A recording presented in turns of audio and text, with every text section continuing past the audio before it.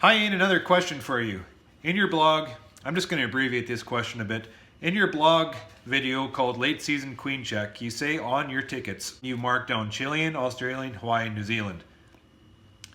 Does that mean you're buying these queens from these countries? As obviously a lot of people nowadays consider it's better to use bees from the area you're raising your own bees in. How do you feel about this? Or do you feel that there's no difference at all buying bees from a foreign place?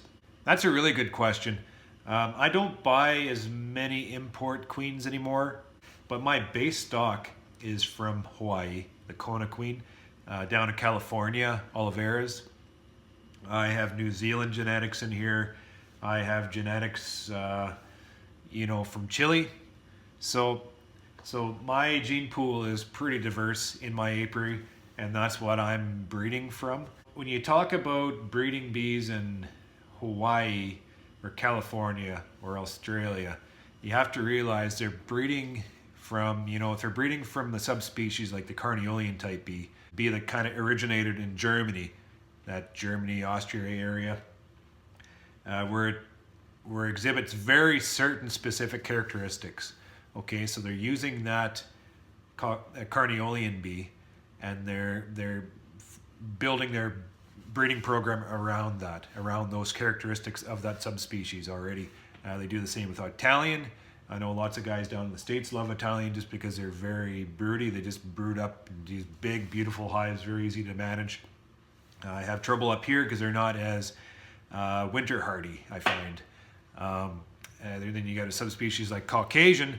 I don't have any experience with them, but they're not maybe suited for our demands, our type of weather conditions, and our operational demands on that type of bee.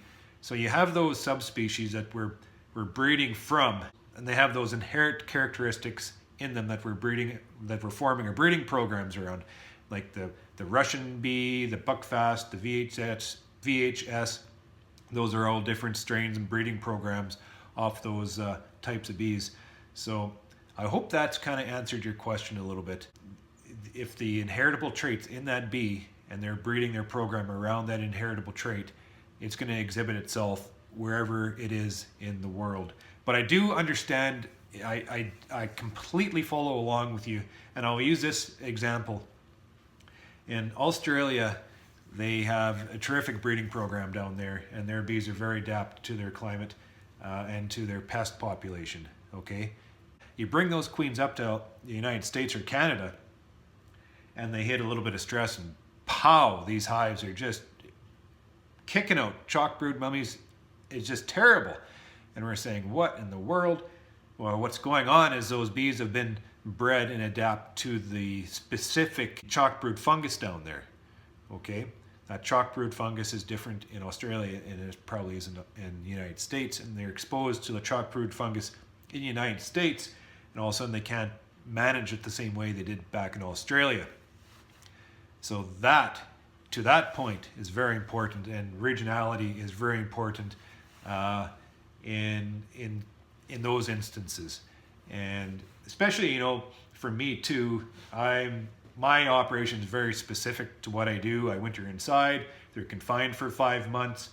We manage them in single boxes, in a tight single box. I don't truck my bees around very much. We put them out into these very short, heavy flows. I have certain management characteristics that I will be including into my breeding program, which will express and highlight those characteristics that I want. Those characteristics that are already inherent in that type of bee, but I'm just expressing the types that I need for my business to operate.